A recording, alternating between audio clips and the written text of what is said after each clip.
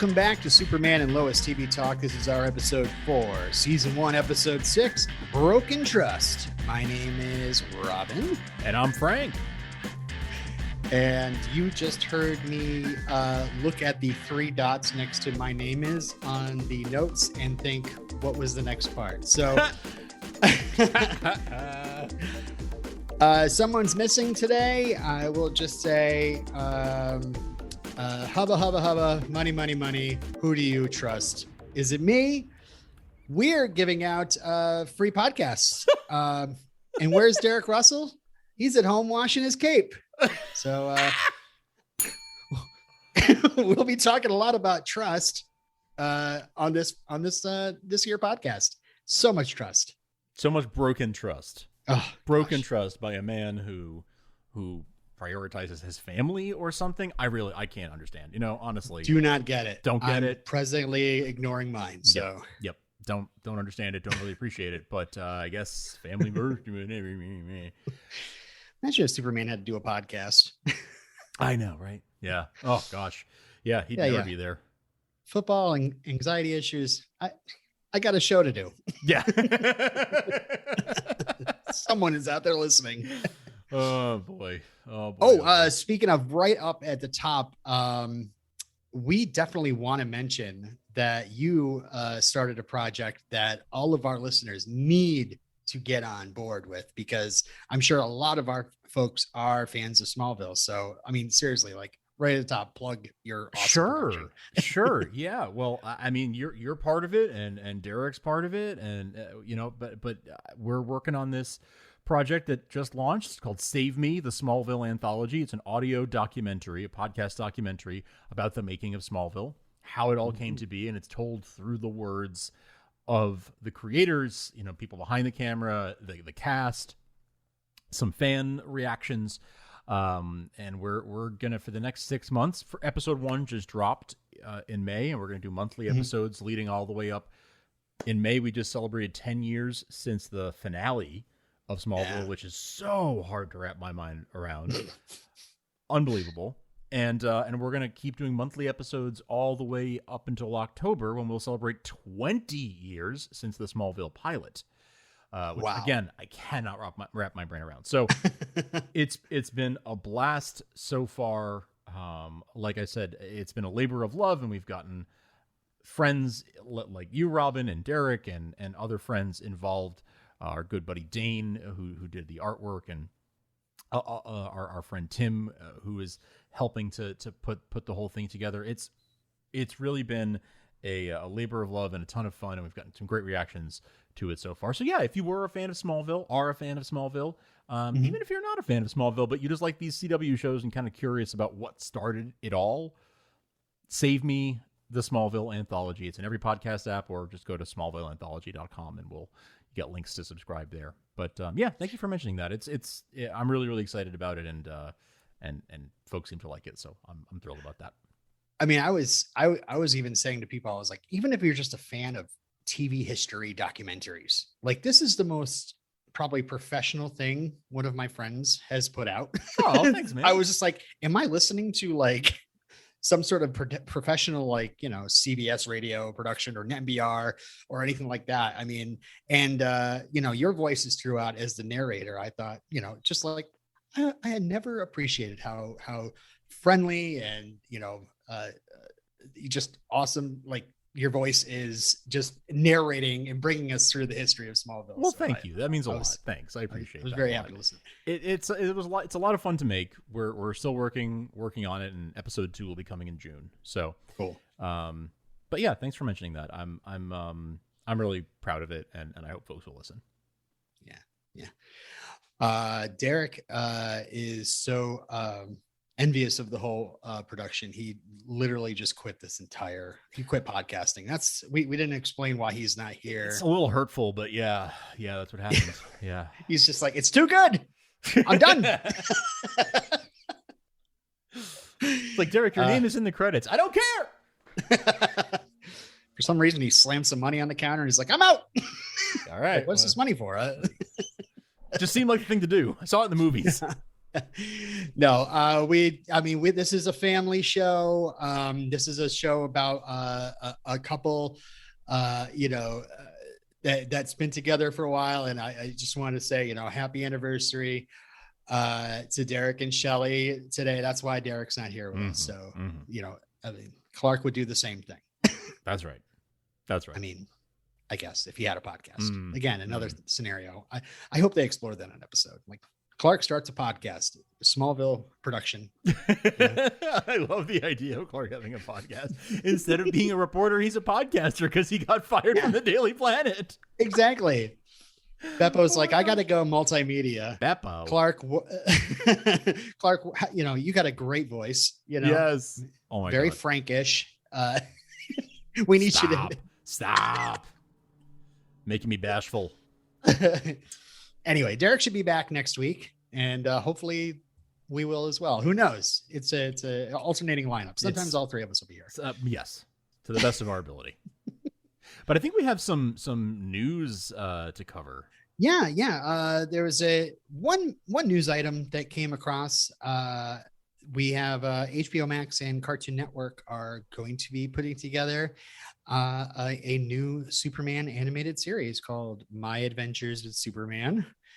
It focuses on 20-something Clark, Lois, Jimmy, and it really is all about their relationship, and also maybe Clark's first year maybe as Superman. It looks very kiddie-ish. I'm not sure. I might check out the first episode and be like, not for me. But I appreciate that the kids get some superheroes to watch. Yes. So we talked about this, just the three of us the other day. I actually love that they are doing this. I don't think it's for me. I think it is very much for kids like you. I think I'll check out the first episode or a couple episodes, but I don't think I'll be watching it every week because it seems like it is very much a kids show. Maybe even more from what little we've seen, honestly, but what maybe even more than Superman the Animated Series was.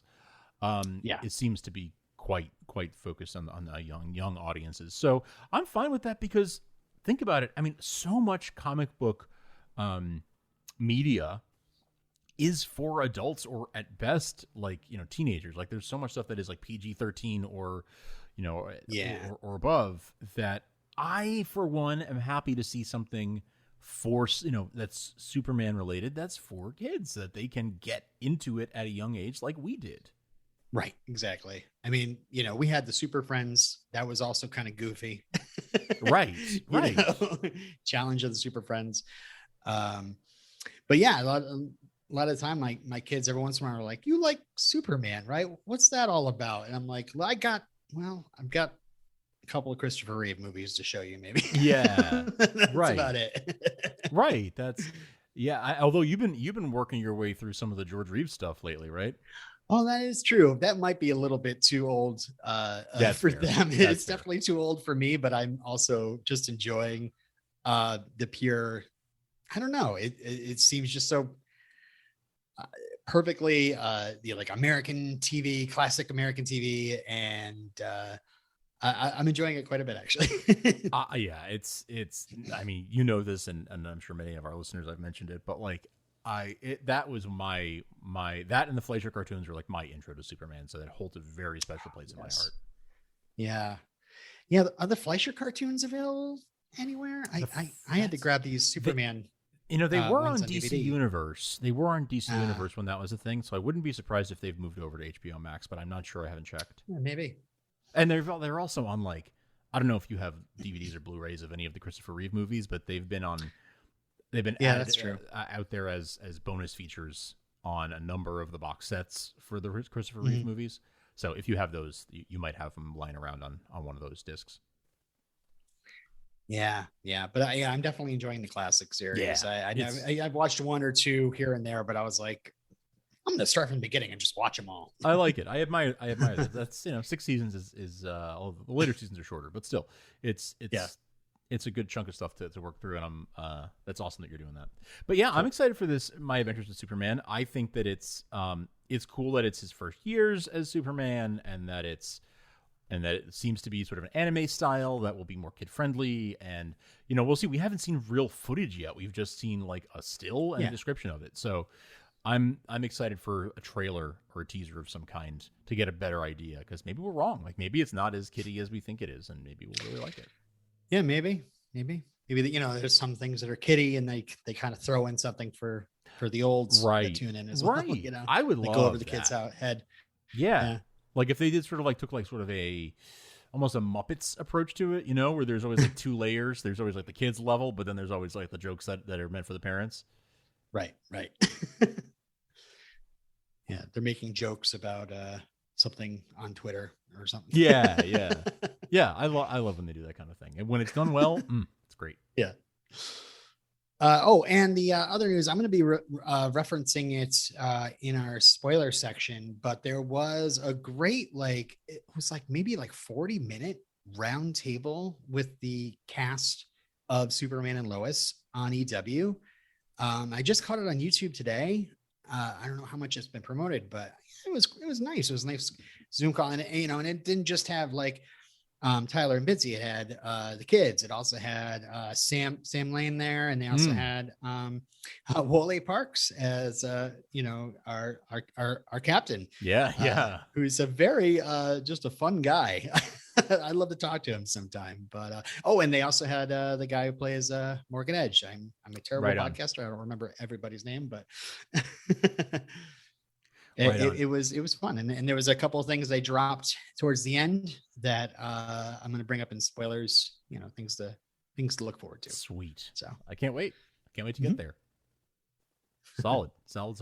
Well, let's jump in. Let's jump into this episode recap. Let's talk about Broken Trust. Or I guess it was originally titled Smells Like Teen Spirit, huh? That's right. But they decided to, kind of stick with the Billy Joel theme that we've had the stranger. And now this is a matter of trust, broken trust, specifically. Nice.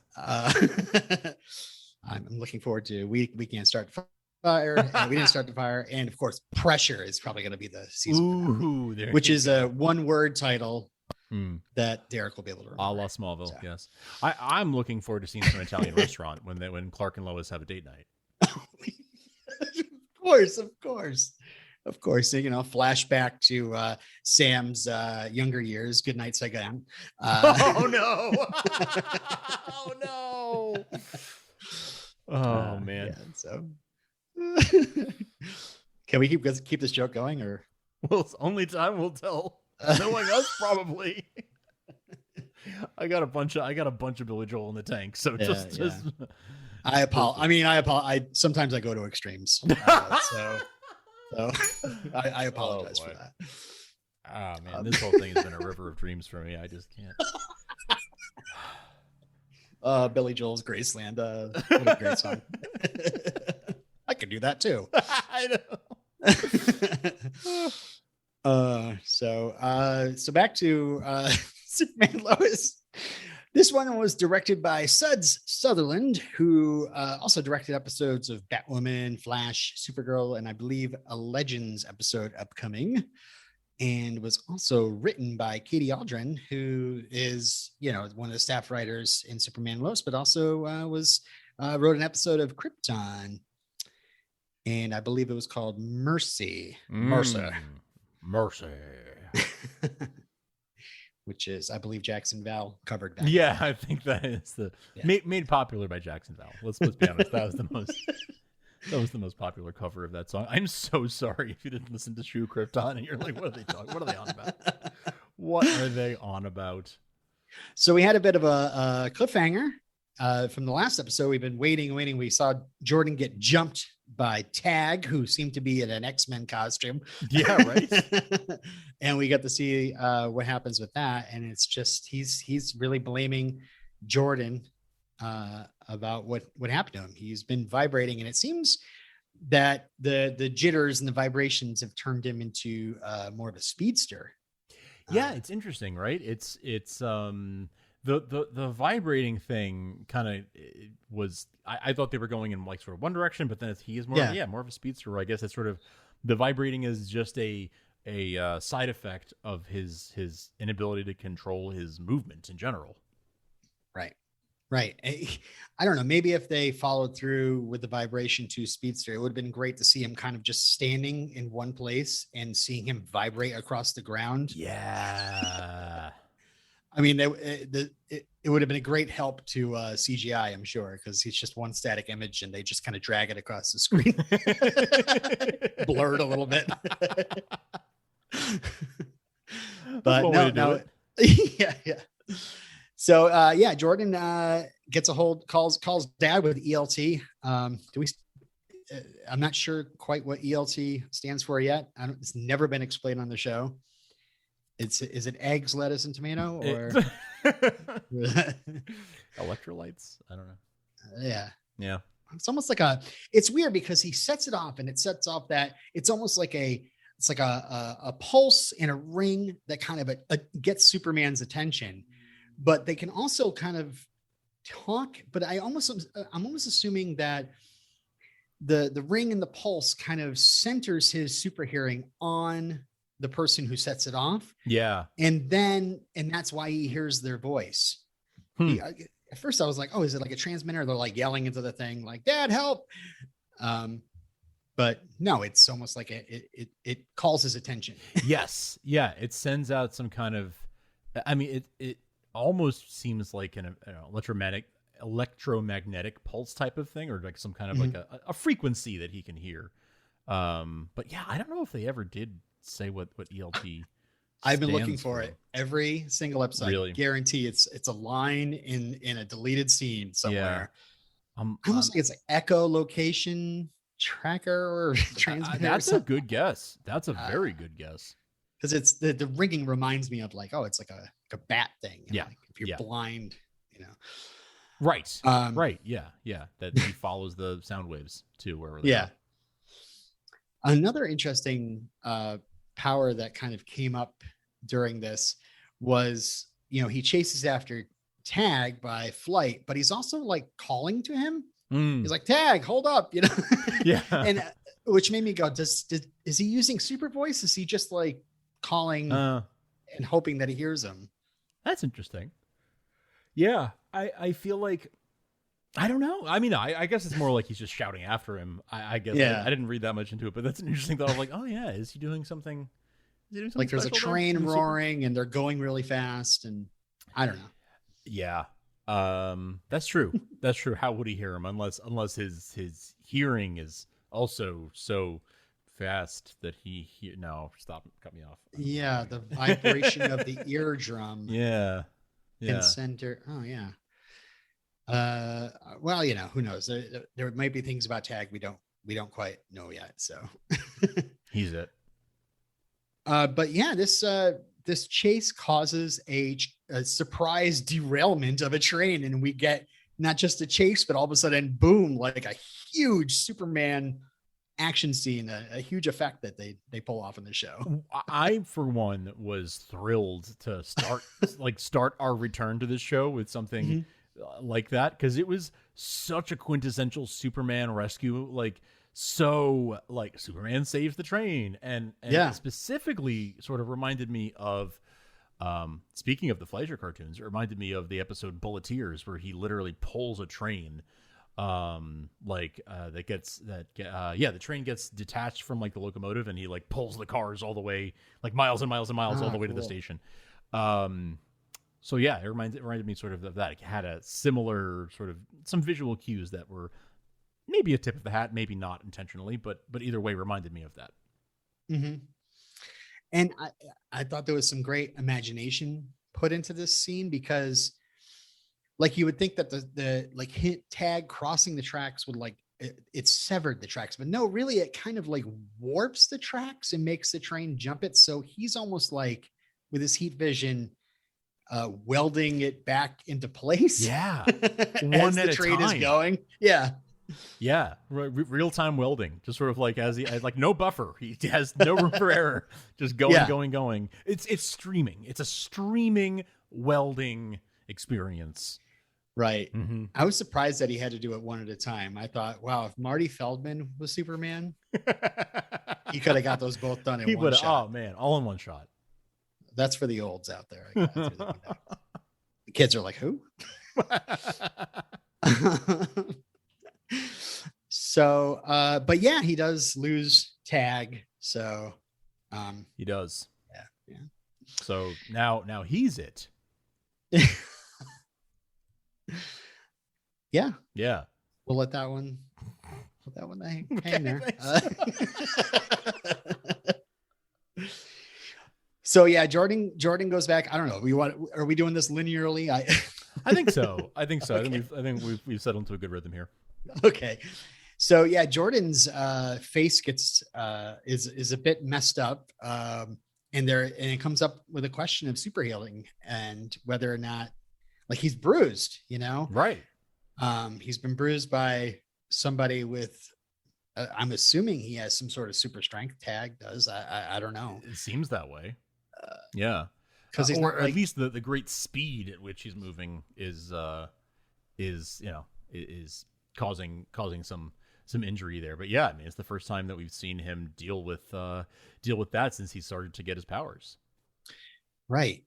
So yeah, Clark kind of establishes for us in the audience that, like, Jordan can heal faster than most people, but he still feels pain. He's not like, you can't punch him in the face. It's not like bullets will.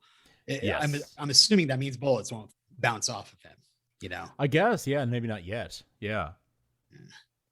Yeah, it's strange. It kind of brings up, later on we see him using some super strength and would the speaking of would the the force of his punch damage his fist? I'm assuming. Yeah. Like, that is an age-old question. Would he break his own hand if he punched something that was too hard? Yeah. So he's got some sort of durability there. Right. Well, I guess it's just a matter of that it's still developing. And so he's not fully developed yet. But yeah, that is an interesting question. And it's probably made more complicated by the fact that he's half human, So yeah. So maybe that it slows it down even more. Maybe it sort of waters down some of the powers. I don't know. Mm-hmm. So yeah, Lois is a bit alarmed, and I love the fact that they're sitting there in the kitchen talking to the kids, and then Clark's like, "Yeah, you kids go to your room. I got to talk to your mother." But I was just like, I thought to myself, "Oh, that obviously they don't want to take time to, like, they didn't just walk into a different room and have a private discussion. It was just like, we can't, camera set up. We're just going to keep the scene going. We could move to the living room. Nah, just kick the kids out. It's fine." So yeah, there's some sort of video that Tag saw that showed, I mean, we see it really quick later on in the episode. It seems like it looks like the heat blast originates from Jordan, and that's what gives Tag the idea, but it's not a definitive. Yeah. This is, it's so clear.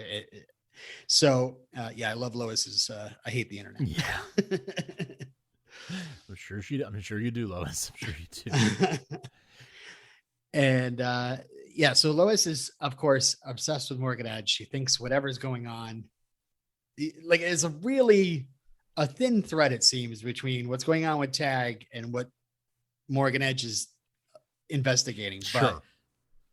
But she sees it like it's Jordan's blast did not cause Tag to have these powers.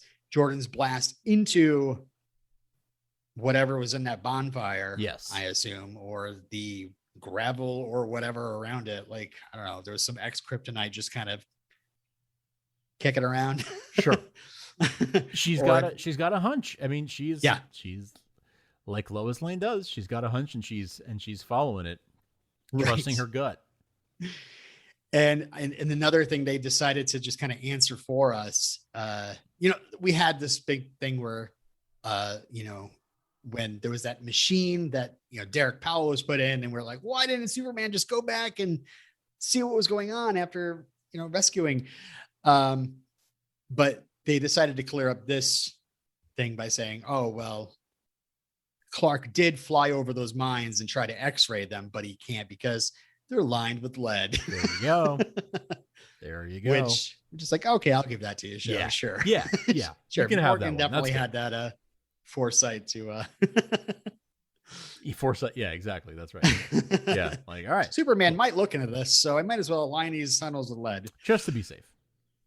I guess it's public knowledge. You got it. that You can't got see a through lead. billion-dollar mining operation. Might as well just line everything with lead just to be safe. Right. And maybe pay off OSHA. I don't know. Sure. You know, how while toxic you're at that it, is. you might as well. Yeah, it's weird. It's like he's reopening the mines, but and everybody's starting to work in them in this episode, but yet the mines have already been lined with lead. So right. It's weird. It's like almost like he decided that he went in there, he found what he wanted to find, and he wants to keep mining, so he's lining the tunnels with lead. Yeah. Yeah. Honestly, not that crazy. Like if you want to keep doing it without being stopped, and you know Superman is around, that's what you do. He's always around. He's always around. And then Lois tries pulling a connection between Edge and the Stranger, and Clark kind of okay.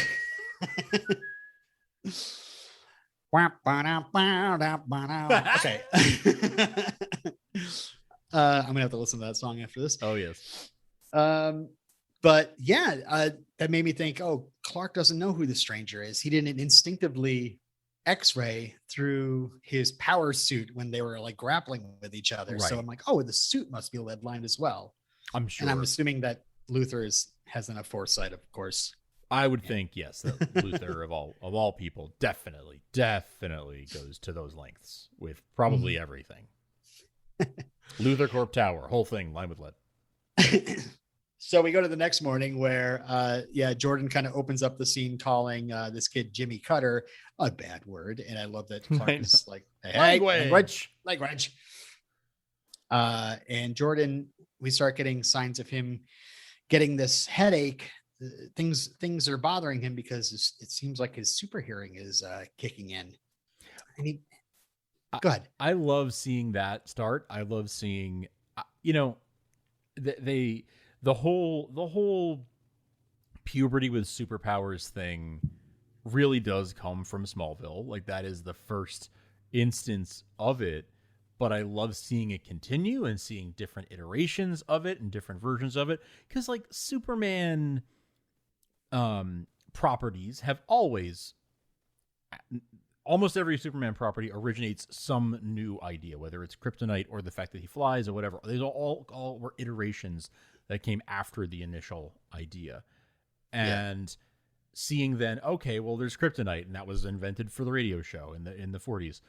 And then seeing how that changed in various different, from the TV shows to the movies to everything else, seeing how it in the comics, how all these different aspects of Superman lore change and how they do their own spin on them in different comics and different shows and different movies. I love seeing that. And I love seeing that this is now part of that grand tradition of like powers that come from through puberty, that you develop through puberty, is now that we're getting a new iteration on that, 10 years after Smallville ended, in a new show. And I just love that that's sort of become, maybe not fully become canon, but it's a thing that you'll get in some versions of Superman stories probably from now on. Right. Something did set me out because I was like, okay, maybe it is puberty, but Jordan does say later to Jonathan at the school that this all started since Tag jumped him. So I'm wondering if there's a reason for that or it's just a coincidence, but they wouldn't have called that out in dialogue if it wasn't. Fair, and that does tie into some thoughts I have that I'll probably save for later in the episode, but that's a very good call out. So yeah, we have the scraping of the spoon. I made a note here. My kids, oh my God, like they can't finish like a bowl of cereal without just like slamming that spoon against every last little tiny bit. I was like, pick it up and drink it like a normal person. Bang, clang, clang, clang. So yeah, there's mention of the game against Metropolis, and Jordan is very insistent and he has to play. We don't really know why yet, but we'll get into that. So the next scene, we go to Schuster Mines, and Kyle is at his butt kissing best, but gets a little disappointed when Morgan Edge gives a big job to his wife Lana, who he's mentioned before. She has potential. Yes, it's a little creepy to me how he's like, she's my employee, and then the next thing we know, he's like, I want to offer you a job. Yeah. Oh yeah. Doesn't sit quite right with me.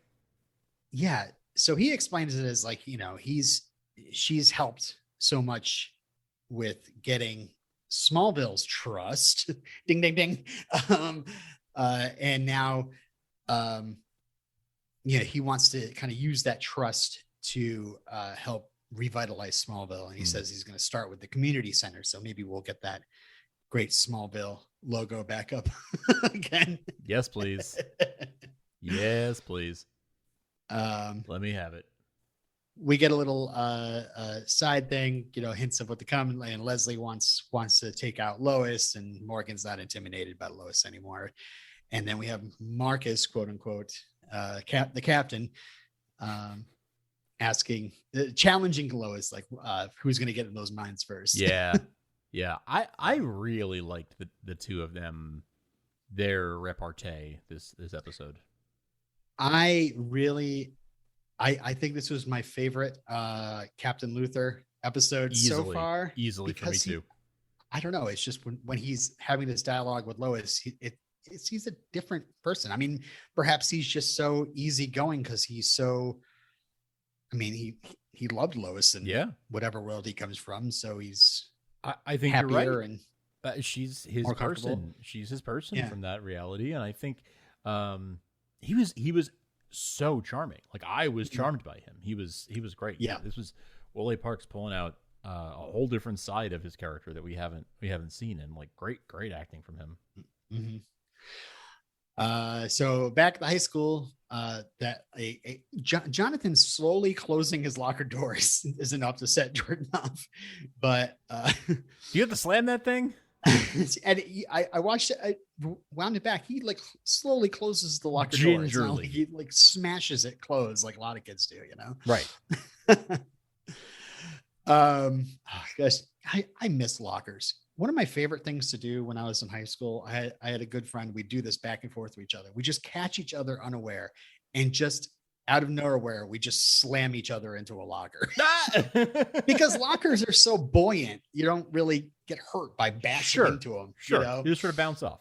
Yeah. You're like, oh, you, and it makes this gigantic noise, which makes everybody's head turn. Sure. So, so Sarah wants to go to the game, and so Jonathan starts to think, maybe this is why Jordan is so consistent. Right. Which honestly is not a bad theory until we find out he's wrong. But like, that's not a bad theory. Right. I could see thinking that. I could see sort of being like, okay, that's a logical conclusion to draw there. But yeah, the bell rings, and all of a sudden that's too much. Jordan's eyes start lighting up, and Jonathan has to drag him into the bathroom to get him to calm down.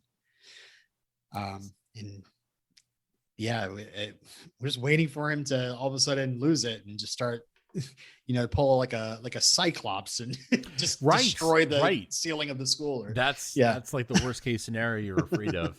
Some really good brother moments in this episode with Jonathan really being there for Jordan in a way that literally like no one else could. Yeah. I mean, are you saying that Jonathan has Jordan's trust at this point? That especially when Jonathan wants to tell dad and Jordan's like, don't do it. And it turns out that he wants to play the game because he was bullied by Jonathan's old teammates. Yes. Which kind of sucks. Yeah. How crazy is it that they immediately got into that situation when they got to Smallville? Jonathan joined the team, and then his teammates started bullying Jordan. Of course, it was because of the Sarah kiss, but right. But yeah. Wow, how that happens, huh? Yeah. High school's a hell of a time. Oh, high school. I'd do it again if I had I had gun to my head, maybe. That's probably the only way. Oh my gosh. Wow. All right, back to the Cushing house slash Lang house. I don't know. So yeah, Kyle's happy he's getting his buddies jobs, but he's butthurt because he didn't get one himself. Yeah. Like he did all this work and what, nothing. It is funny how he was even in that conversation with Morgan Edge, he was like ready to accept the offer himself, right? He was like, I see where this is going. Sure, Lana? Yeah, exactly. And it was so funny because when Morgan is talking to them and starting to open that invite to a job, they're looking at each other like, Kyle, you got this great job, Kyle. And Kyle's like, Lana, I did all this. Yes. And then it's like, I want Lana. Yeah. And then Kyle doesn't have the same attitude that Lana had for him, right? Where instead he's like, but it should be my job. I'm not happy for you getting the job. I want me to get the job. Right.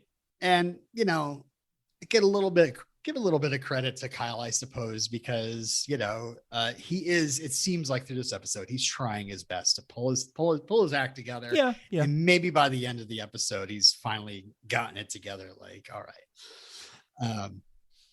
But of course, he has or rather, he trusts that Lana is not going to do anything with this job. Yeah, we'll see. Yikes. So yeah, Lois comes over and says, Edge is up to something, and hey, my buddy Superman's looking into it. So that means it's important.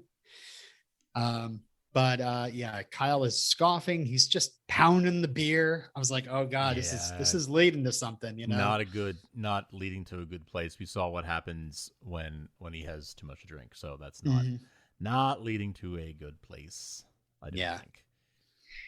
But, after Kyle kind of storms out, Lana really, makes you think, because she, as a person that worked at the bank, she did a lot of the dirty work that she didn't want to do, which was like foreclose on people. Yes. And now she finally gets to give back to the town and help everybody that she took away from being a member of the bank, so you kind of feel for Lana to want to just throw those blinders up, as long as it's helping people. I don't have to think too much about it. I know. Yeah. Lana is at this point, it's very clear. She is like a legitimately, sincerely good person, who legitimately and sincerely loves Smallville and its people, and wants the best of Smallville, right? Like that's she admires Martha so much. She wants a bench? What? Yeah, she wants a bench. She wants to be turned into a bench? She wants to be turned into a bench. That's yeah. I'm still smarting from that. As a matter of fact, I will let our listeners know that I was watching Adventures of Superman, and sent Derek and Frank a quick snippet of a scene where George Reeves says goodbye to Martha, and he gives her a big hug, love, and waves to her from the bus. Anyway, all right. And then she turns into a bench. Now I'm sipping beer. But yeah, Lois is asking for Kyle and Lana's trust, but unfortunately she can't tell her. She can't tell either of them what's going on. Right. I'm almost like, can't you just, I don't know, say something like, what could she tell Lana and Kyle to get them to understand that there is something sinister going on? It's tough. Do they know anything about the attack on Sharon Powell and how she had that confrontation with the, evil Colossus, that was working for Edge? I don't know. It makes me think, oh God, because that's the worst thing on a TV show. Like, why are they keeping secrets? Why? And I can understand why Lois is protecting her, obviously her husband and her sons. Sure. She doesn't want people to know that, what happened at the fire and all that, but I don't know. Because we didn't start the fire, but I understand. Yeah, it is like, why? I do often find myself wondering, like, why can't you just, just honesty, Yeah. Such a lonely word. All right. So Lois does say like she respects Lana and just warns her to be careful. So all right. So we go to the barn cellar, which we haven't seen since the pilot. Yeah, since they were installing the Wi-Fi up there. And so apparently Sato Construction put in a giant log for Clark to work on. Yeah. And yes, are you getting my reference? Yes, at all? Okay. That's for people that can get that one. Karate Kid Minute. I was gonna say, come on, go ahead, plug it. Karate Kid Minute. Okay.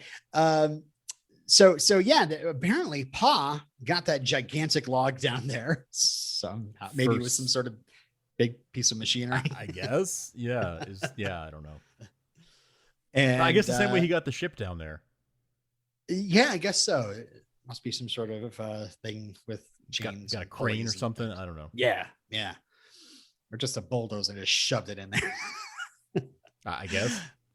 But it's kind of cool because we see the log and we know that we see all these fist indentations all over it. So, as soon as I saw this gigantic log, of course I flashed to Karate Kid 2 and I was like, oh, he's going to break it in half, and no, he just hit it. And not only, hitting something that hard, but to have the restraint not to completely obliterate it. So it's like a twofold lesson.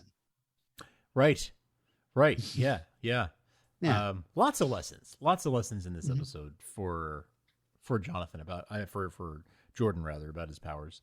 I enjoyed that father-son bonding and the learning that was happening there throughout the episode. Right. When Jordan punches it the first time, there's a big crack and it's like, oh, it sounds so painful. And it's like, when you see the episode, the first one, a second time, you're like, oh, there's another crack that's coming later. That's going to sound even more painful. Oh yes. Oh yes. But Clark, I love Clark's excited dad, I know. What a dork. when Jordan, well, that's great. That was another thing in that EW roundtable interview. They really thought about, Clark Kent is a different person in Smallville as compared to when he's at the Daily Planet, where he really has to protect his identity. Yes. So yes, he acts like a dorky guy, is clumsy or whatever, while working at the Daily Planet, but there is a bit of that dorkiness that's a part of him. And you see it come out when he's being dad, yes. When he's an excitable dad. So absolutely. Yes. He definitely has that side to him. I love to see it. It's very Clark.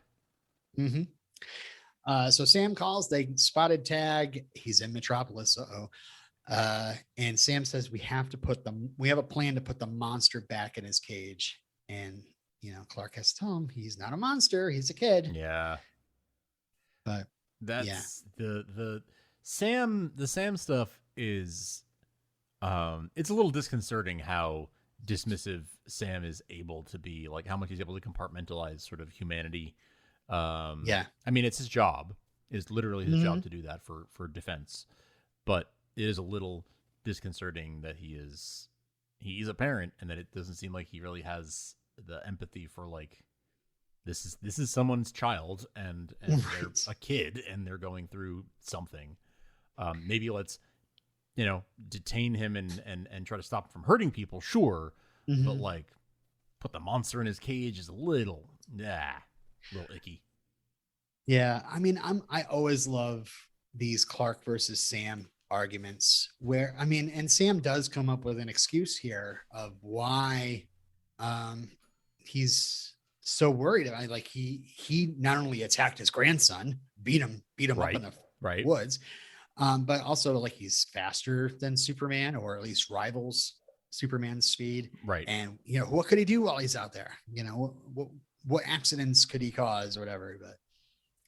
And he doesn't know what his intentions are. Sure. I mean, that is all valid. He did cause violence on purpose, when attacking Jordan. That's right. So we go to the Cushing house, and yeah, Lana and Sarah have this sweet scene where, Sarah, kind of scoffs at the whole notion of Kyle taking, dad taking mom out. Like, oh, he's looks like he's finally got over himself long enough to congratulate you. But then she has a change to knows how much Lana actually deserves this. And, right. So she's going to not go to the game, and she's going to watch little Sophie, who, as we remember, arrived in a pod that was found by Morgan Edge and was delivered to Kyle and Lana. Mm-hmm. And then they erased their memories. Yes. So that's why his fixation with the Cushings. Mm-hmm. Yep. This is all going to be proven true. Mm-hmm. Yes. Yeah. So, Sarah's looking for some movies, and we see Tag outside the window watching. Not creepy at all. No. He's interested in what she's going to watch. Is that Paul Blart? I like that one. Put that one on, Sarah. I can't come in. I don't want to vibrate the place, but I'll watch through the window. He's an angry young man. So we go to Metropolis. We go to the Metropolis High School. We see that their team is called the Spartans. And it's the big game, and it's the middle of the day. And we have, a smattering of people placed socially distanced in the stands. Yes. Yes. A smattering is right. I was looking at the stands. I was like, oh yeah, this is different. This is quite different than the people that show up at the Smallville games, right? At the beginning of the season. Yeah, that's right. Yeah. Wow. Good call. Yeah. Very different. Very different world. The coach tells Short Stack to put 55 on his backside, and we find out that 55 is Cutter. Mm-hmm. And Cutter is an absolute awful, despicable person. Like, I can't imagine empathizing with this kid at all. He says something that's really strange to Jordan when Jordan steps out. He says, quote, and parents, I mean, obviously this is on the show, so I'm just quoting from the show. Cutter threatens Jordan that he's going to stick his ass just like grade school. Frank, what does this mean? I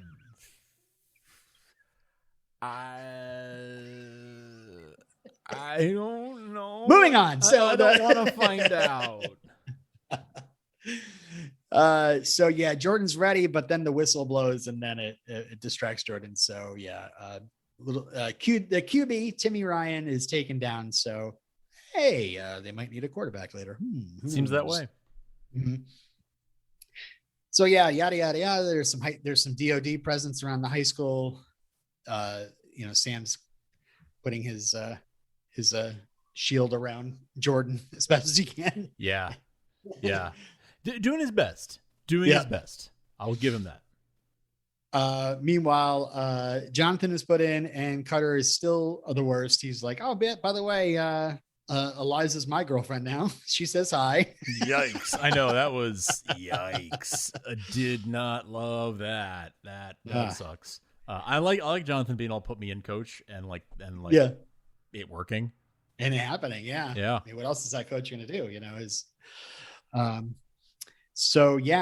Jordan does put him down this time, and Clark catches it and immediately pulls him aside. Rein it in. I know. I love that. And he's like, what? He's like, you know what I'm talking about. Yeah, exactly. I love that. Like, don't you dare, don't mess with me. You know what I'm talking about. Mm-hmm. Meanwhile, at the Kent home, somebody is visiting. It is, it's good old Marcus. I like how Lois kind of goes to the door with the ELT in her hand. Like, that's not anybody from my family. Right. Which I loved. I loved them showing us that, like her reaching for it and having her finger ready to go, which felt very real, right? Like if you had a, let's say you kept a baseball bat or some kind of a weapon for self-protection, in a dangerous situation, same idea, right? You'd reach for it, or you at least make sure you knew it was within arm's length, so that you could grab it if you needed to. Same idea, right? Because like, who would be showing up right now? I mean, maybe Beppo. But it turns out that quote unquote Marcus has badges, and you would think they wouldn't need any stinking badges, but You would think. but they do. And he was going to use it, but he's like, oh, a lone black guy might look suspicious. Maybe the two of us walking in won't be as suspicious. I mean, that's an interesting point, but I really think that the captain wanted Lois to come with him. He wanted some alone time with her. Mm-hmm. Yeah. Wanted a little adventure. Yeah. Or I don't know. What would be his reasoning behind getting Lois to see the X-Kryptonite, to learn about X-Kryptonite? Yeah, I've been mulling that over myself, and I'm not sure. I'm not sure why he would tell her that. I mean, unless he thought he needed her to really did think he needed her to get in. Like he didn't think he could get in without her there. That's the only real reason that I can think of. I mean, beyond the sentimental reason of wanting to have her there and feel close to her, and because he misses her, I find it hard to understand like why he would give that away to her. Right, because the first time he reaches out and starts talking about the story or whatever at the diner, it's as if he's just looking for a reason to talk to her. Yes. But yeah, I don't know. It really comes back to this confusion I have on whether or not, I mean, he knows Superman's real name is Kal-El. He calls him Kal-El, but does he know that he's Clark Kent? Does he know that he's married to Lois Lane? Or does he see Clark Kent as the guy that got Lois in this reality? I'm guessing world? He doesn't know that Superman's married to Lois because in his reality that wasn't the case. So I think your second theory there is on point. I think that he just knows that Clark is the guy that got Lois in this reality, and so I hate this Clark guy. But it doesn't seem like he knows that Clark is Kal-El. Yeah. So as they're walking into the mines, I like that he's just like looking spectre-y. I know, what funny, like fly casual, it's like the same. Yeah, right. I think Lois could have probably done a little better by putting like the hair up in the helmet. She just looks really awkward with the hair in the helmet. She does. That felt intentional to me. That the whole thing is meant to like make her look as awkward as she feels. Yeah, there's a little bit of humor in the scene. Yeah, exactly. Yeah. The captain has no problem BSing his way into the mines. This is where he is so charming and so good at just like ribbing the guy and being like, that's Sullivan. He's an idiot, but come on, let me in. It's fine. It's all good. Yeah. Were they referencing something there? That's interesting. I didn't think about Chloe about that. Sullivan. Sullivan. Yeah. Or maybe Chloe's dad. Gabe. That's Gabe right. Sullivan. Yeah. Seems like you've been watching a lot of Smallville lately. Can't imagine why.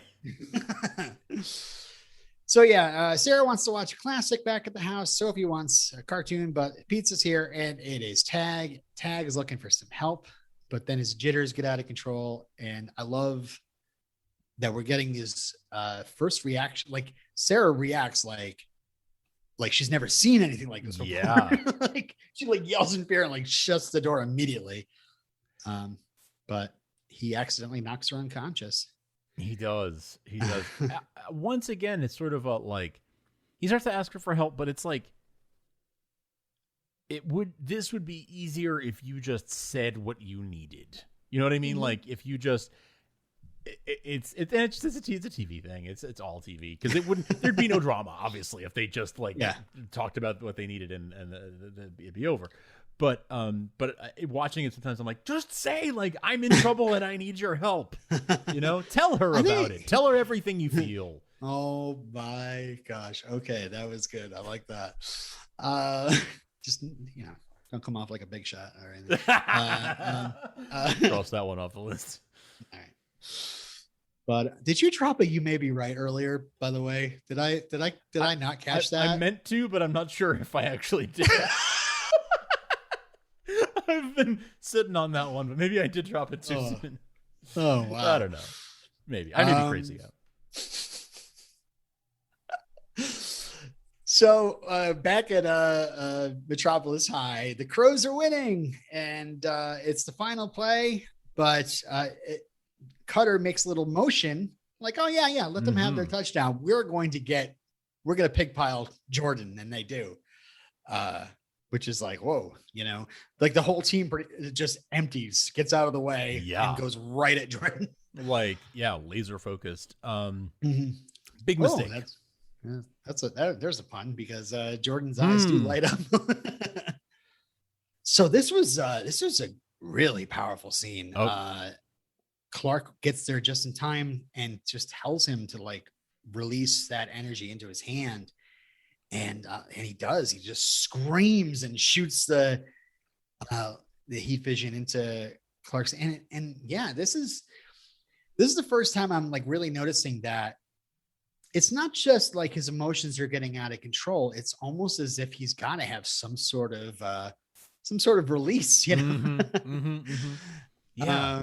Well, the other thing too is, again, to go back to the idea of like the father and son bonding, and Clark being there for Jordan. I was talking to my buddy Tim, who co-hosts Supergirl TV Talk with me, and he said that this was his favorite moment in the episode, because it's like, Clark's the best dad ever. It's like the dad, telling the dad telling the kid to like throw up in my hat or whatever, so you don't get embarrassed. It's just sort of like, here, let's hide it from everyone else. It's like such a tender, understanding. Like he knows exactly what Jordan's going through, so he's able to spare him the embarrassment, spare him the attention, and everything else. And the fact that he's able to be like, just go ahead, just blast it into my hand, is something really cool. Yeah, Pa couldn't do that for him. Right, exactly. It's the kind of thing Clark, I'm sure, would have wished for at that age, but couldn't have, and now he's able to do that for his kid.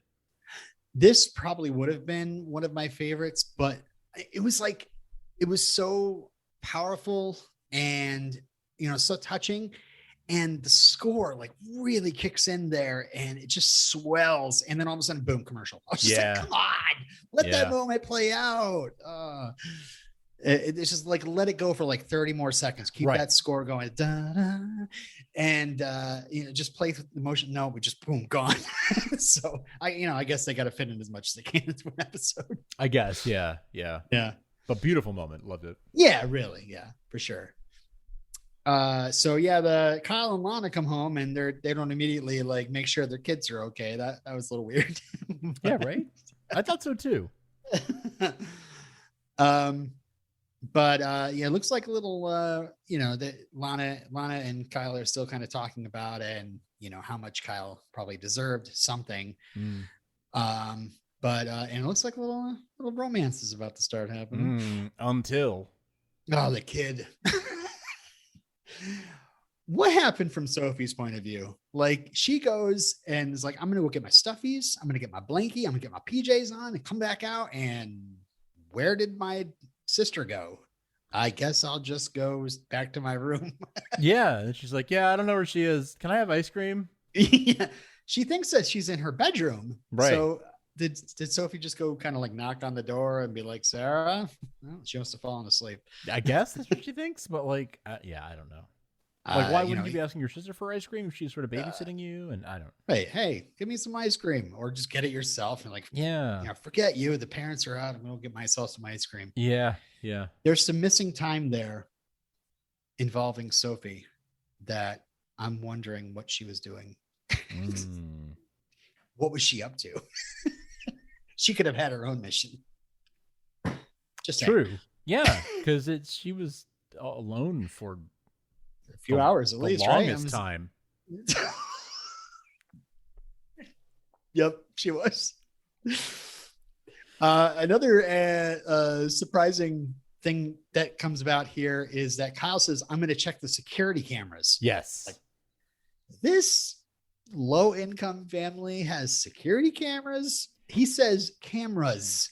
That's true. He does say cameras, plural. I was just like, people have like their smart cameras and stuff, and their video doorbells and such these days. So it's not that much of a stretch, but you're right. If they're sort of lower middle class, and those things are kind of a luxury, certainly. So Yeah, that is true. Why having multiple cameras does seem I mean, I'm a dad and I want that to happen. And sure. I really should. They are cheaper and cheaper these days. That's So true. maybe That's true. Yeah, you don't have to he be a gets big his shot. phone out and is immediately looking through. So, Mm-hmm. but yeah, while that's going on back, the Clark and Jordan and Jonathan have checked into a hotel in Metropolis, which brings about the idea. So they have to stay overnight in Metropolis. It was a day game. Mm-hmm. So Metropolis is far enough away from Smallville that you don't drive back the same day. Yeah, exactly. Gives you some context. Gives us some far context. Away Metropolis is. Yeah. Yes. And then why would this small town team be playing this big city team, high school team? I don't know. Right. Yeah. Like even a traveling team, like they're so far away. If they're far away enough that you need to spend the night. Yeah, that's true. It does call that into question, but don't ask me why. Okay. God. I feel like I'm beating Robin at his own game. Right now. You are. Like, I'm the one running us through. I can't bring up a separate tab that has all the Billy Joel. Welcome to round 3. Oh boy.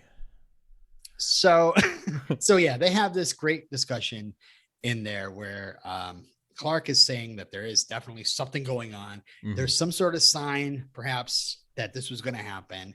And that's when Jonathan kind of breaks Jordan's trust by telling him what happened. Yes. And he does break his trust. This is broken trust. But at the same time, it's that thing. It's tough love. It's that thing of like loving somebody sometimes means doing what's best for them and not necessarily what they want, right? In the same way that like a parent isn't going to let a kid just eat ice cream and junk food all day. Like, yeah, I know it's what you want and it'll make you happy, but it's not good for you, so I'm going to make you eat a vegetable. And it's kind of the same thing. Like, it's born out of love of like, no, this is not what's best for you. I'm going to do what's good for you, even if it's not what you want right now. Right. I mean, and Clark's like, yeah, I would have pulled you and I would have been right. And he would have been right. And he knows he would have been right. But I really appreciated this scene because, Jordan really makes his case. Like, I should not be punished for this. This is not me. This is not my fault.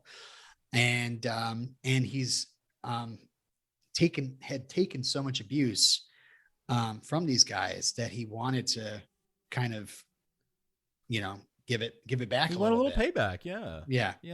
Very natural feeling, especially for a teenager. Right. And Clark's like, yeah, I understand. But Jordan's like, yeah. And then you grow up to be Superman. Who am I? I'm a weird kid with headaches. I want to just be good at something. Haven't we all felt that way at some point? Yeah.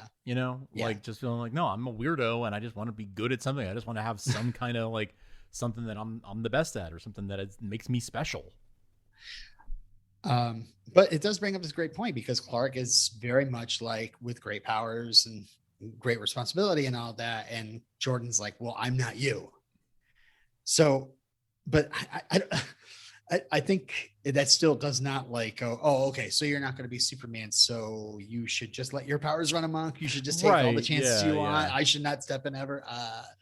So I think he tries his best. I feel the emotion and how he's feeling. But he should definitely still listen to his dad, I think. Yeah, there's like the truth lies somewhere in between, right? Like, it's not like, well, I'm either Superman or I can let everything go crazy. Like, there's definitely a middle ground. But I think it was wise of Clark to not maybe go there right at that moment, because he knew he wasn't going to get very far right then, that things were too heated, literally. But that like emotions are running high, and that like it was best to let things cool down and then come back when cooler has prevailed. And I've been in situations as a parent where I'm just like, I know it's right, and you need to do this, and da da da da da. And I don't take a second to be like, okay, this is actually a human being with feelings. Right. Let me try to just think for a second where, she's coming. She's right. Clark might be like, okay, let me just think for a second where you're coming from, Jordan. maybe come sort of a middle ground of Clark seems to be very good at that.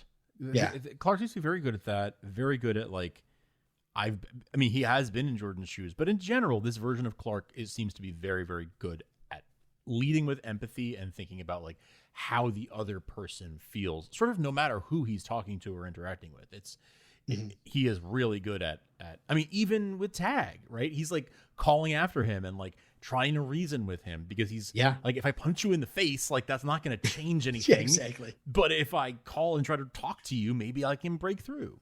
He could put him down and just put him right back into a cell again and, not think about it anymore. Or he could, try to do better. And yes. I don't know. I think that's what Clark's probably going to want to try to do as a dad. Yes. With Jordan is try to do, he's of course coming from this place where he has been absent a lot. Yeah. So now he's also getting to know his son a little bit. Right. Too. So this is what kind of propels us into some action. We have Lana calling, Sarah's missing, and Clark overhears on the phone that Kyle sees Tag on the video cameras. So he tells both his sons to stay put.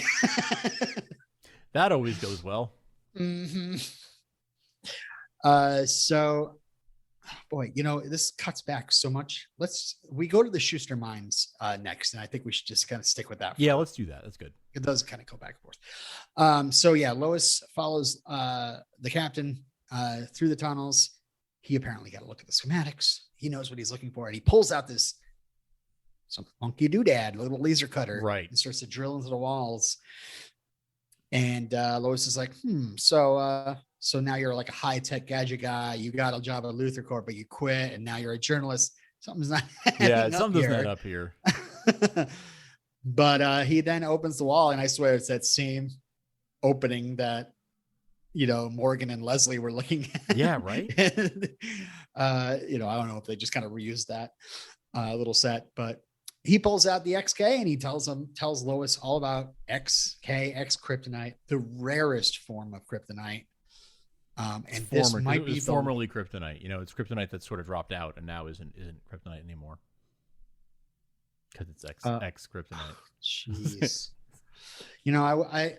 I remember the days when they were together. It's kryptonite's X. Yeah.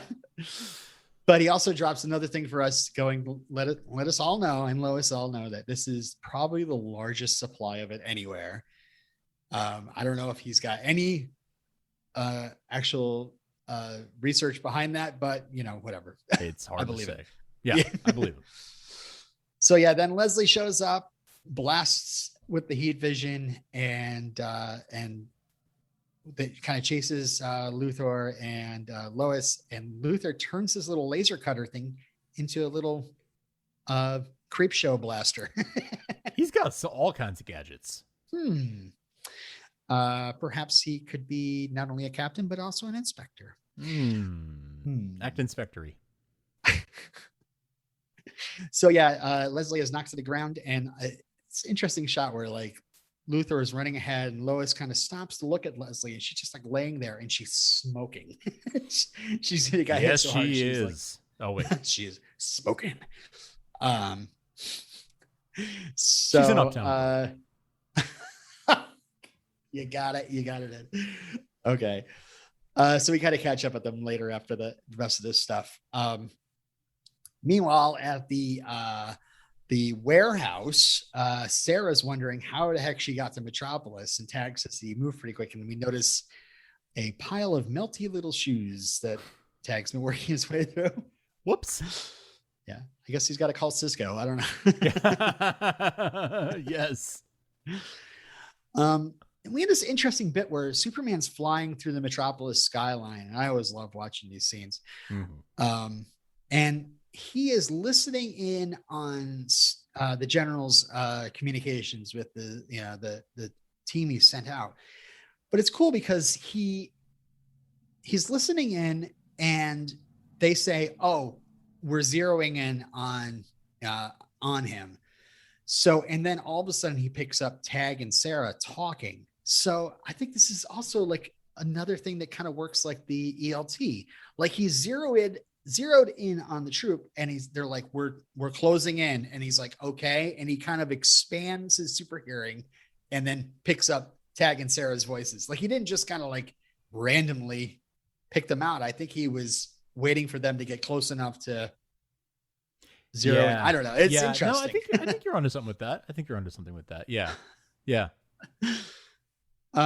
So Tag, meanwhile, is showing Sarah the video. It's real quick. There's like a little flare. Sarah's like, I don't know what I just watched. But then, Superman arrives and says, I'm here to help you, which classic Superman. Classic. like you could just hear like George Reeves or like Ben Collier. I'm here to help you, citizen. Yeah. Love it. So yeah, meanwhile, like he's trying to talk Tag down, but he's also hearing the Sam talking about to his troops, like, by any means necessary, take this kid out. The tension here, they ratchet up the tension so well, so effectively. And Tyler just, being very like urgent.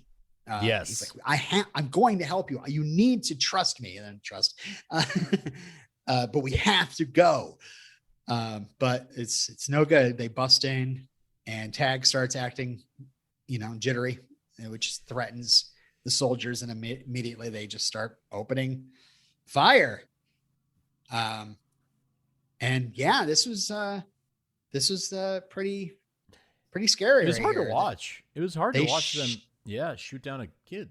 They try to shoot a kid, and then like Superman, being Superman, gets in front of the bullets. They bounce off him, and then the soldier that's in charge of the unit starts firing kryptonite. If you're just joining us, Superman has been shot. Oh, this was probably my favorite moment, just because it's so actiony and it's so intense and urgent. Yes. And so like Superman, is in pain. He's on the ground, and this is great because it kind of cross cuts with what's going on with Jordan, and we'll talk about that in a minute. But I liked how they were like saying, like, see, like not only does Jordan deal with this stuff, but Superman really actually does deal with the same kind of thing, which is need to hold back. If he's got the trust of the people, as he says later. Yeah. But this was like, he gets up and I love that, like, his eyes are like on fire, and then he like, okay, and he pulls it back, and then he stands up, and all the soldiers are like just stop firing. They're just like, and he pulls all those, it's like kryptonite shards. They're not even bullets. Yeah, it was like shot, it was like buckshot or something, but like kryptonite, like lots of little pellets. Yeah. I love this because he just pulls it out and he throws it aside, but not only just throwing it aside, he then just like lights it right up with the heat vision and just incinerates the kryptonite to nothing. That was cool to see, but it was also like, why can't he do that other times? Well, I don't know. I mean, he did that in the pilot. That was the only other time we've seen him. Yeah, true. He pulls it out of himself. So right. I guess you got to like hit him enough times with kryptonite, or surround him with kryptonite, or the rules change every time. Yeah. On every show. But then he super speeds right into this soldier's face and says, stand down. Like, through gritted teeth. Good. Like the same way he was like to Jordan on the football field, like, don't mess around or you're out. Yeah. Rein it in. You know what I'm talking about. Rein it in. Right. So yeah, that was just, I was like, oh, he's mad. He's really mad. But yeah, he pulls it back. He's Superman. Don't tug on Superman's cape. Mm-hmm.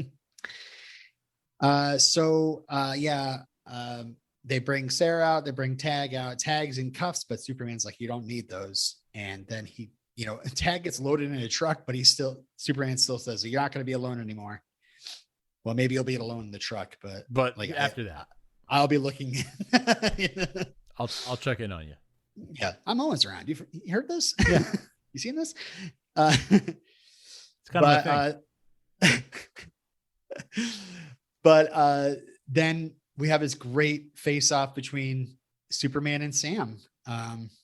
And trust comes up, and the fact that Sam's like, I wish I had your trust in people. And Superman says, so do I, which I thought was a great exchange. Mm-hmm. And then Sam saying, my job is to protect the American people by any means necessary. And Superman's like, and now I know. This is setting up some really, really complex Superman and Sam stuff that honestly has been boiling for this whole season, but they are drawing lines now. And I mean, it's very clear which side Sam is going to be on, sort of no matter what. So how does that pan out? And it's so interesting, because this could be just Army General #1, and he's Superman's constantly, but it's just his father-in-law. It's his father-in-law, right? I mean, there's so much. This whole, I mean, it was intense. It was very intense. This whole, last third act was very, very high intensity, and there were a lot of dynamics at play. A lot of dynamics at play, and very, very well done. Yeah, and also, like, Superman's like, I can't believe you use kryptonite, and I know. And that doesn't really go any further than him saying, like, any means necessary, yada yada. Right. But it seems like Sam's just basically like saying, like, we're not on the same team right now, like, and who knows if we will be going on, further. But so yeah, then he hears Jordan call, and we got to zoom back because we got to talk about at the hotel, the boys get a visit from the team, and good old Wellnitz is there ready to drink. Let's go. And he says that he's going to pay a millennial to buy them beer. I know. Come on. That was like, man, that was, I'm so old. I mean, what's that generation called now? I don't know. Geriatric millennials. I am like geriatric X. That's basically what I am. So you're like a baby boomer, is what you're saying? No, I'm not a boomer, but a baby. Yeah, boomer. No, I'm kidding. That's like I'm a baby with flannel. With a cane as well. So Jonathan tries to be good boy, but Jordan's like, well, we just won the game. Let's go. So of course Jonathan's going to tag along to make sure everything's okay, but sure. He's not going to just sit and pound beers like he did at the Harvest Fest. Right. He's learned something of a lesson, but only sort of. Yeah. So of course they run into the Spartans, and then Cutter, he goes, oh, the crows, and then he does the crane, which made me go, hey. Yeah. Karate Kid minute. And he starts mocking Jonathan about Eliza, and that's when Jordan kind of steps up, and it's like Jordan, like he is just he's like quiet, and he's right now, I guess he's arguing back and forth because Cutter accuses him juicing, which I was like, oh, that is actually, that could be a problem if that gets around. Like, right. And then if he has to take tests and they find something about his Kryptonianness or whatever, that could be problematic for him. This whole, I mean, Jordan is itching for, like, Cutter is provoking him, and Jordan is itching to take the bait. Like, he wants to take the bait so bad. And this might be a little bit of a failing of the setup of the show, but we're right now learning about this kid and his bullying and stuff, so we got to kind of go along with it. But sure, it would have been nice if we had a little bit of setup. That's true. I'd agree with that. Yes, that would have been nice to have that context. Before, and maybe in the first episode or something before they move. So Cutter's daring him to hit him, and Jordan has just gone silent as Jonathan's trying to talk him down. But Jordan finally just pushes John out of the way and then starts throwing a punch, which Jonathan puts his hand out in front of it. And were you expecting like him to catch that punch? Because I know I was. I was like, I was, and to be honest, I'm still a little bit wondering if Jonathan was hurt less than another kid would have been. There's a little piece of me that's still sort of wondering if maybe Jonathan maybe doesn't know it, but if Jonathan has some latent powers that have not developed yet, or whatever. I don't know. And again, there's things we'll talk in a minute, but I don't know. Yeah, we'll talk. We'll talk. So yeah, the Jonathan, we do hear this sickening crack, and it's pretty bad. Yeah. But let's see. Oh, we didn't kind of finish off Luther and Lois, but we see the Empress, the Luther's mobile tactical unit. Yes. And Luther's asking for Lois's trust. He's trying to prevent something bad from happening, just like her. And I believe him. I mean, we saw that one flash, and now I'm almost like, yeah, he's got that blind, centering on one thing and not, damn all the consequences kind of thing that you would expect from Lex Luthor. Like, yep. And who knows if this is Lex Luthor? I don't know. True. But I'm also like, he's, if something is going to happen, he might have just like Lois, Lois is trying to prevent something bad from happening. So they have commonality. They do. And that's probably why they were a good match in their reality.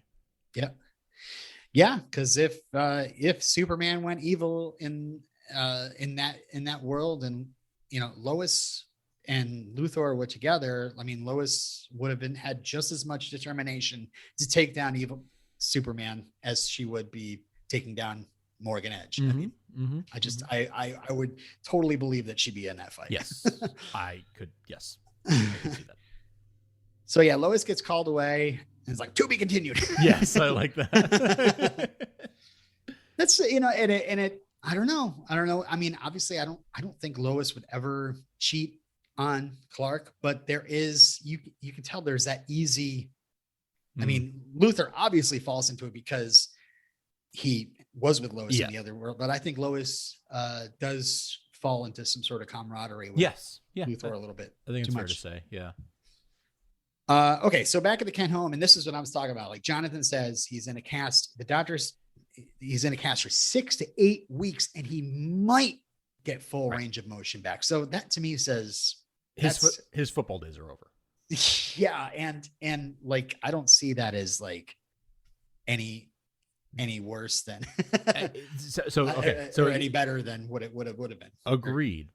Okay, but Jordan is also not in a place where he is healing like a normal person, like a superhero either, right? So that's the thing that gives me pause. The fact that they established that you could, that he may not have like an advanced healing factor yet, like with his face and everything earlier in the episode. That's true. And that the fact that Jonathan was able to sort of block that punch, if not catch it. Was it really fast? That he it seemed it was done in slow motion, right? So it seemed it's hard to really say if it really, but I got something about the way it was shot just gave me vibes that like this is significant, and this is like, because I definitely thought what you thought, that he was going to catch the punch and we were going to see that he had, some speed or strength or something. Yeah. But it doesn't seem like it was exactly that. But I still, maybe I'm just holding on to something I want to see, but like I still sort of feel like we're going to get something with Jonathan too. It's just that it was the unlikely thing, that you would expect the football player, the all-star football player, to be the one to get the powers and the back in the pilot, right? And the fact that they went in a different direction doesn't exclude him from one day getting them. The one thing that, I guess, let's finish this scene and we'll get back to it. But X-Kryptonite has me sort of wondering about all this. and I do want to take back a little bit of how certain I am of things, because there is that wiggle room, because a human doctor diagnosed what he thought was a fully human person. Correct. Saying 6 to 8 weeks, you're not, you might get full range of motion back. He might be surprised in like 1 week that he's like moving his arm around just fine, you know? Frankly, I was surprised when Clark said like, oh yeah, doctor said this. I was like, you took him to a regular doctor?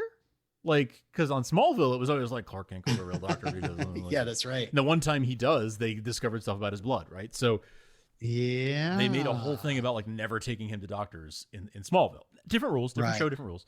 Yeah. But I was a little bit surprised, like, so they took him to a regular doctor. Okay. Interesting. So who do you think has Jonathan's blood right now? Where is that gone? Helen Bryce. Helen Bryce has definitely got it. It's in Zanzibar. Okay, so yeah, Jordan is upset, but Jonathan is even more upset. Like, you know, I'm like, you just like ruined my chances of being QB like ever again. Like it wasn't just like you just took all the glory I was building up and you know, moving to Smallville like ruined everything, and now it's like, oh, and on top of that, now like I can't actually play anymore. Yeah. So, yikes. So yeah, Jordan, Clark says to Jordan, he's like, your powers come with the responsibility. You need to get that. Yeah. And he says that, you know, you say you're different, but you're not different. You know, I had those feelings too. And he kind of mentions that, you know, he had to keep it in check even earlier tonight. Right. I wish he had told them. I wish he was able to tell them, you know, more in detail about that. But I guess. Well, maybe. I mean, I assume that Clark doesn't keep anything from Lois and would tell her the whole thing later. But yeah. So yeah, I love this whole thing. Like, this is very Superman. You know, I keep those powers in check. If I let go, I lose the trust of people I swore to protect. And that talks about how like going to Metropolis and how people, you know, had to, you know, learn to trust him. And there was talk about what to do with him. And he mentions 20 years later, every time he used the powers, that trust is tested. So yeah, that's another, like, I always jump onto those. Ooh, data point. Yes. I do 20 too. years. My brain sort of snaps to those things too. Cause I guess, I mean, like, Clarkson is what, mid late 30s? I don't know. And it's like, we have two data points. We see Clark leaving Smallville and he looks to be about 15, but maybe they're just passing him off as 18. I don't know. Why would Martha let like 14, 15-year-old kid get on the bus and head where? Well, even if he's in his early 40s, I guess I'm thinking of, when did Clark Kent go to Metropolis? Like, actually go to Metropolis for real? Go to Metropolis, right? Exactly, because he's got to go to the fortress first and get trained. Right. I mean, unless they change that story, I'm gonna guess early 20s, like, and he could pass it off as I'm fresh out of college and here I am, and starting my career. I don't know. I don't know, but it did. Yeah, I was like, 20 years. Okay, so he's been doing this for 20 years. Interesting data point. Yeah. So yeah, trust. Once you break it, it takes longer to heal than a wrist. Such a good. That's like the fortune cookie from this episode, you know. Yep.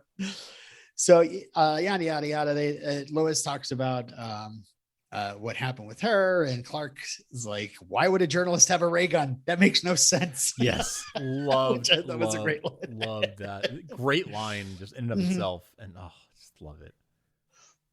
Yeah. So the next day, Sarah's asking Jordan about the video. Jordan, of course, has to pull a great Tom Welling and be like, yes, nothing, Lana. Don't know what you're talking about.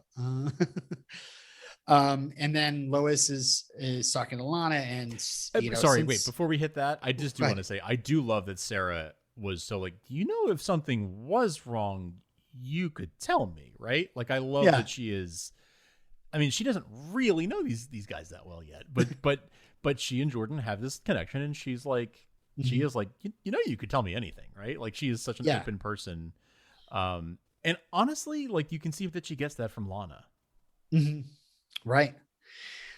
A lot of echoes to Clark and Lana, Yeah, whether for in this sure. iteration or in Smallville's For sure. iteration. But such a loving, like, and accepting, warm person. Anyway, back Mhm. that I just wanted to sidebar with that. But yes, Lois and Lana are talking about Tag. Yes. So yeah, Lana's seeing the connection now, that Tag, and Lois is like, Tag and two other people, and I'm assuming she's talking about Leslie and Colossus, or maybe Leslie and Derek Powell. Oh, sure. Yeah. Are linked back to Edge, and so Lana offers to be the girl on the inside and not tell Kyle about it. Yeah, So because she can do that. Like with Morgan Edge gives her that. She's got that in, she's got a way. Yeah, she's got a way. Oh, got me again. So she's always a woman. She's an uptown girl. Just be ready for your phone to start lighting up later as I'm just texting you one after the other exactly at 2 a.m. When that happens, if you text me those at 2 a.m., my wife's gonna be like, "I'm moving out." I thought that was the Anthony song. All right, so Lois offers Jordan Rocky Road, and Jordan turns it down, and I say, "Oh, I'm in Rocky Road." See, I go to Weird Al. I love Rocky Road. Yeah. We know other songs than Billy Joel. Turns out. But this is great. I mean, this is again kind of echoing Smallville again. I meant to get a changed job. Yeah, right. I totally forgot. Should we bleep it? Should we just start bleeping it every time that we say it? Just to make it. Yeah, they should just bleep it. You should just bleep it every single time. And so it's just like these long sections of beep. And No, but you got to spice it up though. It can't just be a beep. It's got to be like, it's kind of like that thing that they did on.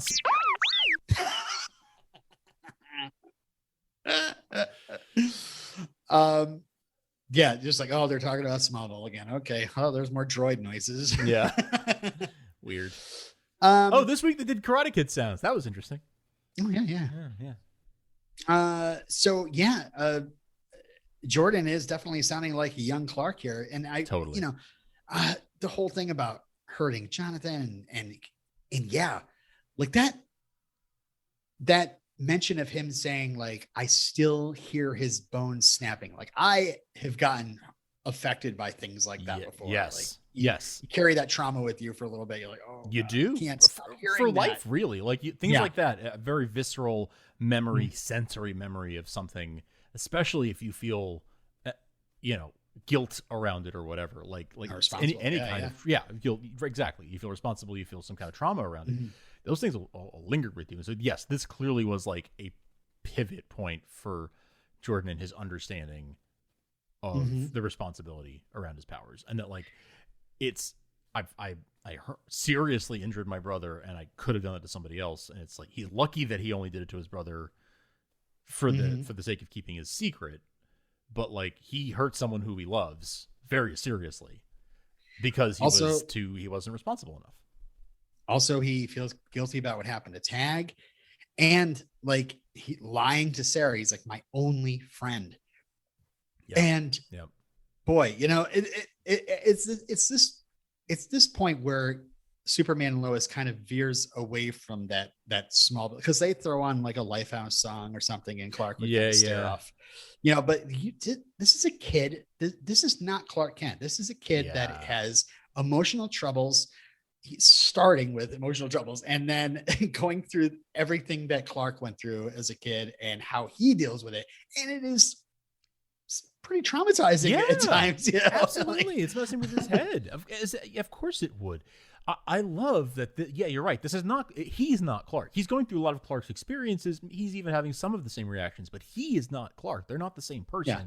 And he has this history of mental health that he struggles with, and I love that they address it in that way, and that Lois is there to give him a hug and let him cry it out. I love the way that they handle not just family closeness and family bonds, which I do love the way they handle those things, but I love that they really do address mental health issues in a healthy, positive way and a realistic way. Yeah, because Clark Kent might have had it together. I mean, might have been, teenage hormones and upset by things like this, but like, Jordan might not have the tools to deal with this pressure. I wasn't trying. I wasn't trying.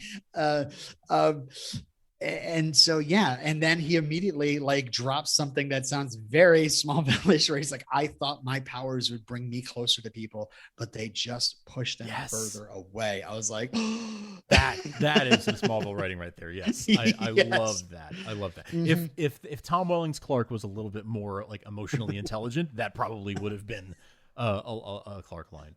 Yeah. Jordan cries, and then he says something very alarming. I just want it all to end, which is like, that is not something you want to hear from a teenager with emotional problems. No. And then he falls to the floor in a seizure. Also not a thing you want. Clark zips in, and I don't know if you like pay real close attention to this, but Clark x-rays Jordan's skull, and it is lit up red. Like it's as if he's closing his eyes, and the heat is just building, like his head's gonna just explode. Not great, Bob. So yeah, great ending. Clark just like scoops him around, got him to the fortress, and just flies his boy north. And there is no super suit. This is Clark Kent, the father, flying his kid, glasses, flannel coat, everything, just flying his kid. So like, and then credits, and just oh no, I know. I wanted this to be. I know.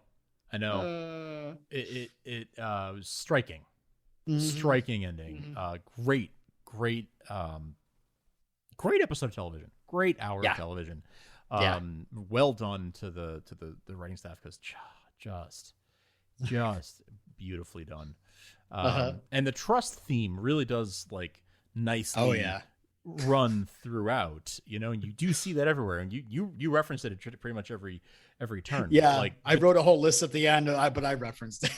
But you captured them really nicely. Like there is so much trust between all of these at every level. Like there is trust and or broken trust all between throughout. all these characters. Yeah, absolutely. Yeah. So great episode. I feel bad Derek wasn't here for this. As a matter of fact, I think Derek is the one that has access to our email, right? So no mailbag this week. Sorry, folks. So sorry. We're gonna read all those for sure. Yes. I hope our podcast between the two of us was enough for you this week. Yes. Thank you all for listening. You can find us at supermantvtalk.com. You can email your thoughts for Derek to look at supermantvtalk@gmail.com. Follow us at Superman TV Talk on Twitter, where Robin live tweets the East Coast showings of Superman and Lois every week. Yes, and I do apologize if you are tuned in to Twitter on Tuesday night and you're like in Central or West or even international and just going, no, I don't know, maybe like mute us just for like an hour. I promise I don't keep there you talking go. on and on and on. And I try not to be too spoilery. It's You mostly do a me great going, job. oh my God. I think you ride that line very nicely. I think you do a good job with that. And on Instagram, we're at Starkville House of L. You can subscribe in any podcast app. Now they're saying follow us in your podcast app, because subscribe is starting to take on a whole different meaning. But Spotify, Stitcher, Apple Podcast. Please leave us a rate and review. You can just tap on 5 stars and leave us a rating, or you can go ahead and write a review if that's your thing. Right. And also a special shout out to our friend Craig over at Krypton site, KSite TV. They run at Superman Lois TV as well. And he's another one. He has been contributing a lot to the Save Me Smallville anthology as well, Craig. So he's the OG webmaster of all things Superman on the internet. So definitely shout out to Craig and check out his stuff, because he is where we get so much of our information on this show and just as fans. Mm-hmm. And I believe Derek said he's going to reply to every single email that came in. Yes, so, personally, with photographs. That may have been a threat now that I think about it. But yeah, I think that's gonna wrap things up for us today. Say goodbye to Hollywood, Robin. Yeah, I mean, that's my life. And so it goes. And stick around for spoilers. We'll hear the trailer right after this. And as for me and Frank, we're always around.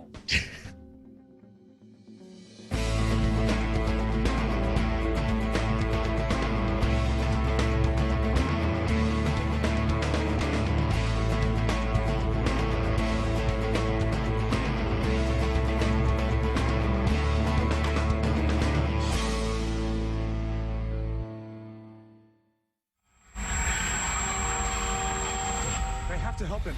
The point of moving to Smallville was to give them a normal life, not terrify them. So who's trying to kill Dad? Just tell me which way to go. It's so loud. You're the stranger. I'm gonna kill him.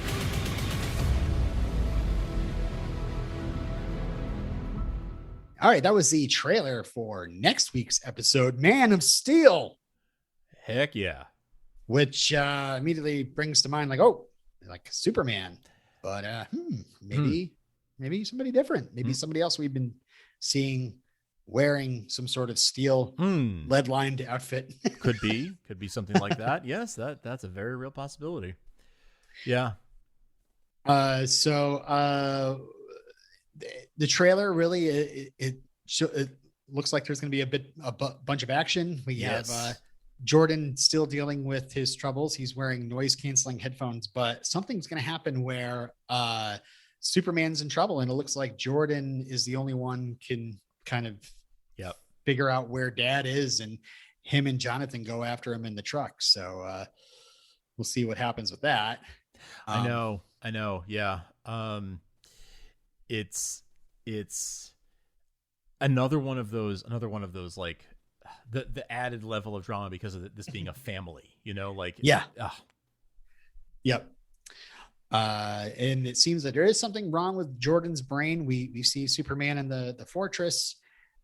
We also hear Superman say the words, "You're the stranger." Yes. Followed by the captain saying, "I'm going to kill him." And talking to some lady with like reddish hair or something, but it wasn't Leslie. And we also see Superman kind of rolling around in pain in a room surrounded by red lights, which made me think a red sun. Yeah. Red sun, yeah. That was definitely the impression I got. Yeah.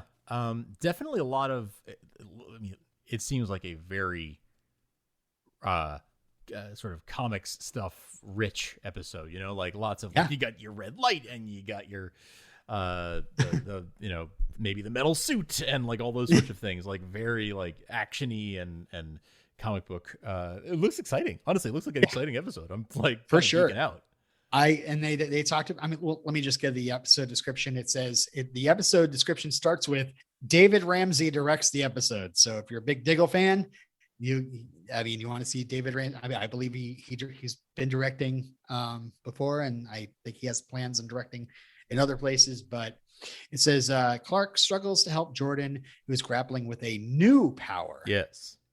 Which I'm like, meanwhile, Lois enlists Clark's help, which leads to a surprise encounter. So, like I said, I watched that EW roundtable, and it looks like Man of Steel really is referring to the captain as the suit. They say that this episode is big for Luthor. We're going to see a little peek into his backstory. I'm assuming that lady we see with the red hair might be somebody, this might be a flashback scene. Mercy. Maybe.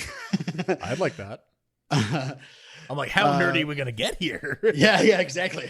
All right, let's play this. Okay. Wooly Parks actually says in the video that he loved it. He loved it, and he can't wait for everybody to see this episode. And it's funny, this week I saw some behind the scenes video photos. You see them on Instagram or whatever, but there is Sud Sutherland hanging out with David Ramsey on the set. And it kind of reminded me of the old days of Smallville, where you'd have talent come in, or somebody who's working on the show kind of hang out with the director the week before, and then take over and direct his own episode. So that's cool. And they also said, speaking of Diggle, we're not going to see him till episode 12, according to IMDb. Todd Helbing says, quote, "We're not going to pick up where Diggle left off, but we're going to give an explanation of where he is in his headspace and his life. David and I talked about this storyline. We're super excited. It's going to be cool." So that's interesting. Like, very interesting. I love the sound. I mean, I'm excited for what might be happening with Diggle, just on principle, in terms of the whole, like, some kind of if there's any kind of Green Lantern leanings at any point. And frankly, he's CW verse royalty. So, somebody that, a character that I think I'm still interested in learning more about. Yes. Same. Always a pleasure to see. Yes. And we also have an episode description for the next episode 108, Holding the Wrench, which is interesting. We have Man of Steel and Holding the Wrench. Like, are they bringing Steel into their show? Is that what they're hinting? Oh, man. Holding the Wrench. And it says, it says, reality. Clark encourages Lois to reach out for help after noticing her reaching her breaking point. Meanwhile, Jonathan finds himself in a dangerous situation. Lastly, Kyle encourages Sarah to audition for the musical review at school, which is all high stakes stuff. Super high stakes. Yeah. But, if you're like, oh, okay, might be another down episode.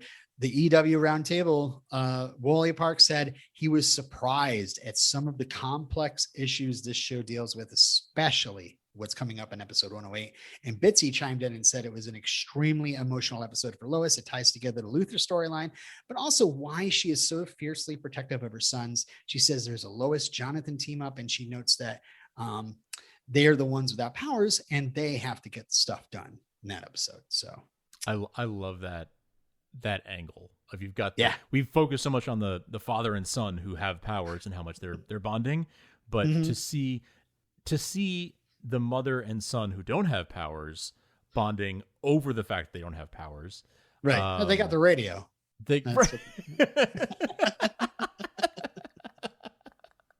Yes. Precisely. And they have to get stuff done. Yeah. And I'm sure when they're listening to the radio, they can listen to such songs as Piano Man. There you the go. Downeaster Alexa. Miami 2017. Let's see.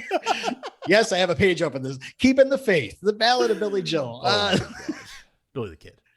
Sorry. Ballad of Billy the Joel. Billy the Joel. Is that like some side character in Superman? Was he one of the bleacher creatures in the game? This episode is actually brought to you by Disney Plus and Oliver and Company, a lovely motion picture. Oh, nice. That was a good. Oh, I love that movie. But that's because I'm a geriatric millennial.